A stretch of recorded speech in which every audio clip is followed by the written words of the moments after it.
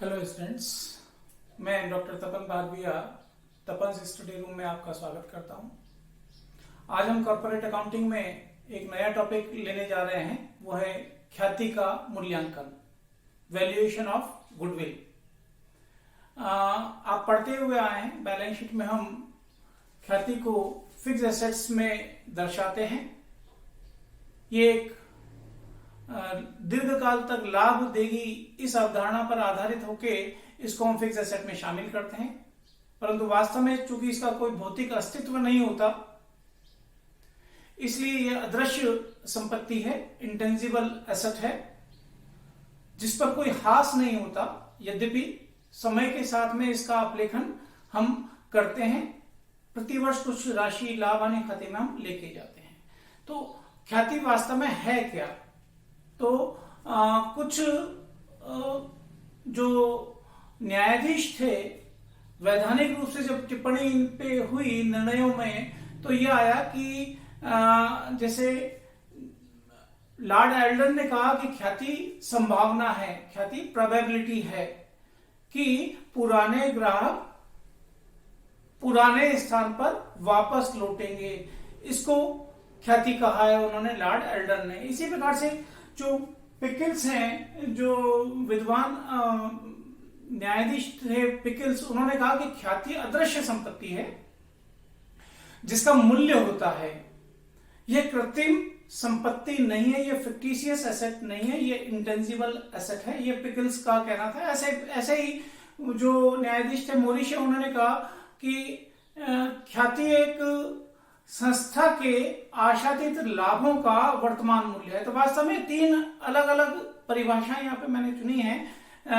पहली जो है वो वैधानिक स्तर पर चीज को बताती है, दूसरी उसमें संपत्ति की प्रकृति को बताने वाली, और तीसरा उसमें कि भविष्य के लाभों का आशातीत मूल्य, भविष्य में जो आशातीत लाभ है उनका वर्तमान मूल्य है। मोरिशे ये कहते हैं। तो ख्याति वास्तव में कहीं पर भौतिक रूप से विद्यमान नहीं होती। ख्याति व्यवसाय के लाभार्जन में, भविष्य में लाभ को अर्जित करने की क्षमता में मदद करती है। ग्राहक व्यवसाय की ख्याति के कारण वापस अपने उस मूल स्थान पर, यानी कि वापस उस व्यवसाय की तरफ लौटते हैं और आशा से ज्यादा दाम देने को, चुकाने को तैयार होते हैं। वही व्यवसाय की ख्याति है। तो इस प्रकार से ख्याति को अपन परिभाषित कर सकते हैं, इसका अर्थ समझ सकते हैं। ख्याति की अवधारणा की अगर अपन बात करें तो वास्तव में तीन प्रकार की अवधारणा है। एक वैधानिक अवधारणा, जो कि अभी आपने परिभाषा भी उसी तरीके से देखी। वैधानिक अवधारणा क्या है कि पुराने ग्राहक वापस लौटेंगे, इस बात की प्रोबेबिलिटी, इस बात की संभावना, इस बात की प्रायिकता है ये। ऐसे ही दूसरी जो अवधारणा है वो आर्थिक अवधारणा है, इकोनॉमिक है। पहली थी वैधानिक, लीगल, दूसरी है आर्थिक, इकोनॉमिक, कि भविष्य में संपत्ति जितना अर्जन देगी संबंधों के आधार पर, वो जो दृष्टिकोण है वो इसका दूसरी अवधारणा हुई, आर्थिक अवधारणा। और तीसरी लेखांकन की अवधारणा। आर्थिक अवधारणा में आर्थिक मूल्य उसका है, क्योंकि वो व्यवसाय के लाभार्जन में उपयोगी है, इसलिए उसका आर्थिक मूल्य है।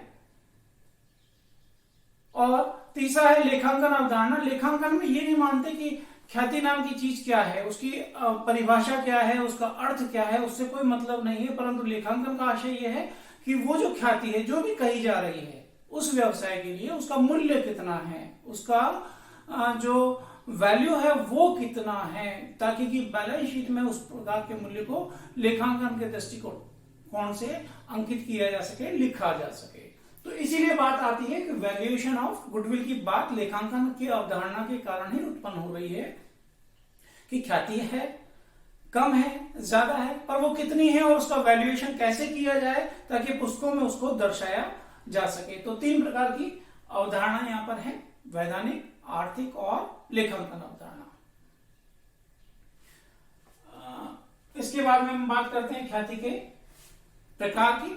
तो ख्याति दो प्रकार की है। एक पहला क्रय की गई ख्याति, जो परचेज्ड गुडविल है, उसकी बात है। वो एक प्रकार है, और जो दूसरा प्रकार है वो है स्व अर्जित ख्याति, स्वजनित ख्याति, सेल्फ जनरेटेड गुडविल। तो ये दोनों क्या है? तो क्रय की गई ख्याति, जब किसी व्यवसाय को क्रय किया जाता है तो संपत्तियों का एक मूल्य होता है, जैसे कि land and building, plant, machinery वगैरह, उनका मूल्य होता है। उसकी तुलना में अगर आप ज्यादा मूल्य चुका रहे हैं, जो भी आपने भौतिक संपत्तियां खरीदी उनकी तुलना में अगर आप ज्यादा मूल्य चुका रहे हैं, इसका मतलब आप अधिक की किसके लिए दे रहे हैं? वो गुडविल के लिए दे रहे हैं। तो जो डिफरेंस है इन दोनों का, वास्तविक भौतिक संपत्तियों का वास्तविक मूल्य या क्रय मूल्य, और जो आप चुका रहे हैं total value of the business, उन दोनों का जो डिफरेंस है वो है ख्याति। इसको हम बोलते हैं क्रय की गई ख्याति। वो क्यों हम चुकाते हैं ज्यादा? क्योंकि आने वाले समय में हम अपेक्षा करते हैं कि इस व्यवसाय से ज्यादा लाभ अर्जित कर पाएंगे, अधिक आशातीत लाभ से ज्यादा लाभ अर्जित हम कर पाएंगे। इस अवधारणा के आधार पर, इस बात को ध्यान में रखते हुए बिजनेस क्रय करते समय ज्यादा भुगतान भौतिक संपत्तियों के मूल्य से किया जाता है, वो ख्याति है, क्रय की गई ख्याति। तो जो लेखा मानक 14 है, जो इसके संदर्भ में लेखा मानक है, अकाउंटिंग स्टैंडर्ड है, वो ये कहता है कि क्रय की गई ख्याति अगर है तो उसको पुस्तकों में दर्शाया जाना चाहिए, क्योंकि उसका लाभ आने वाले वर्षों में दीर्घकाल तक व्यवसाय को मिलता रहेगा। इसलिए उसको ध्यान में रखते हुए कि कितने वर्षों तक ये लाभ मिलता रहेगा, उस अवधि में इसको अपेक्षित भी करता रहना चाहिए। ये लेखा मानक कहता है कि इसको राइट ऑफ करते रहिए, और इसके लिए अधिकतम अवधि 5 वर्ष कही गई है लेखा मानक में, कि 5 वर्षों में इस ख्याति के मूल्य को, क्रय की गई संपत्ति के ख्याति के, क्रय किए गए व्यवसाय के ख्याति के मूल्य को आप अभिलिखित कर लीजिए। दूसरी जो है वो सेल्फ जनरेटेड है, स्वअर्जित है, यानी कि वो अपने आपसी अच्छे संबंधों के कारण, आपकी जो विशेष भौगोलिक परिस्थिति है उसके कारण, ग्राहकों का आप में जो विश्वास है उसके कारण, कुछ सरकारी नीतियां आपके फेवर में होती है, कुछ कच्चा माल आपके उपलब्धता के कारण जहां पे आपका व्यवसाय अवस्थित है, तो इन बातों के कारण धीरे धीरे ग्राहकों में आप व्यवसाय की छवि अच्छी बनाते हैं, और उससे जो ख्याति होती है जिसके लिए कि क्रेता वापस आपके व्यवसाय तक आता है और आपको ज्यादा मूल्य देने को तैयार होता है, वो ख्याति जो है वो है स्वअर्जित। इसको पुस्तकों में प्राय नहीं दर्शाने की बात कही जाती है कि इसको पुस्तकों में नहीं दर्शाना चाहिए, क्रय की गई ख्याति को पुस्तकों में दर्शाना चाहिए। फिर हम बात करते हैं इसको प्रभावित करने वाले घटक कौन से हैं। तो बहुत सारे घटक हैं जो इसको प्रभावित करते हैं, पर मूल तौर पे अगर अपन इसको बांटते हैं तो 5 भाग अपन बांट सकते हैं। व्यापारिक, दूसरा औद्योगिक, तीसरा वित्तीय, चौथा सामाजिक और 5वां राजनीतिक। आई रिपीट, जो व्यापारिक है या बिजनेस जो एनवायरमेंट है वो इसको प्रभावित करता है, औद्योगिक इंडस्ट्रियल एनवायरमेंट है वो इसको प्रभावित करता है, वित्तीय फाइनेंशियल एनवायरमेंट है जो इसको प्रभावित करता है, सामाजिक घटक हैं जो कि इसको प्रभावित करते हैं, और राजनीतिक घटक भी हैं जो कि इसको प्रभावित करते हैं। दीज आर द फैक्टर्स या एनवायरमेंट जिनके कारण की ख्याति का मूल्य प्रभावित होता है या ख्याति प्रभावित होती है। तो व्यापारिक में जैसे आप कह सकते हैं कि जो व्यवसाय का जो स्वभाव है वो प्रभावित करने वाले घटक में व्यापारिक व्यवसाय का स्वभाव, ग्राहकों का रुख, एकल और ट्रेडमार्क जो हैं वो, लाभों की प्रवृत्ति, ये सब व्यापारिक घटक हैं। ऐसे ही औद्योगिक घटक में आपके हो सकता है उत्पाद का स्वभाव हो, नए उत्पादों का जन्म हो, अच्छे श्रम संबंध हो, ऐसे औद्योगिक घटक हो सकते हैं। वित्तीय घटक, विनियोजकों का रुख क्या है, वित्तीय संस्थाओं का रुख आपके प्रति क्या है, आवश्यक पूंजी की मात्रा कितनी है, ये सब वित्तीय घटक है। ऐसे ही सामाजिक घटक, सामाजिक प्रभाव क्या है, राजनीतिक घटक, राजनीतिक स्थिरता और सरकार से संबंध और सरकारी नीतियां, इन सब बातों का प्रभाव ख्याति पर पड़ता है। तो ये थे व्यापारिक, औद्योगिक, वित्तीय, सामाजिक और राजनीतिक घटक। इसके बारे में बात करते हैं मूल्यांकन की आवश्यकता। तो जब हम ये कहते हैं कि आपने ख्याति को क्रय कर लिया और उसको आपने लेखांकन के दृष्टिकोण से पुस्तकों में उस मूल्य को दर्शा दिया, तो फिर मूल्यांकन की आवश्यकता है ही क्या। इस मूल्य को जो कि लेखा मानक कहता है कि 14 कहता है कि इसको आप पुस्तकों में दर्शा दीजिए, और 5 वर्ष की अवधि में इसको अप्लिकित करते रहिए, या वास्तविक जो लाभ प्राप्त करने के वर्ष है उन वर्षों के आधार पर इसको अप्लिकित कर दीजिए इस मूल्य को। तो फिर मूल्यांकन की आवश्यकता कहां उत्पन्न होती है? भौतिक स्वरूप इसका है नहीं।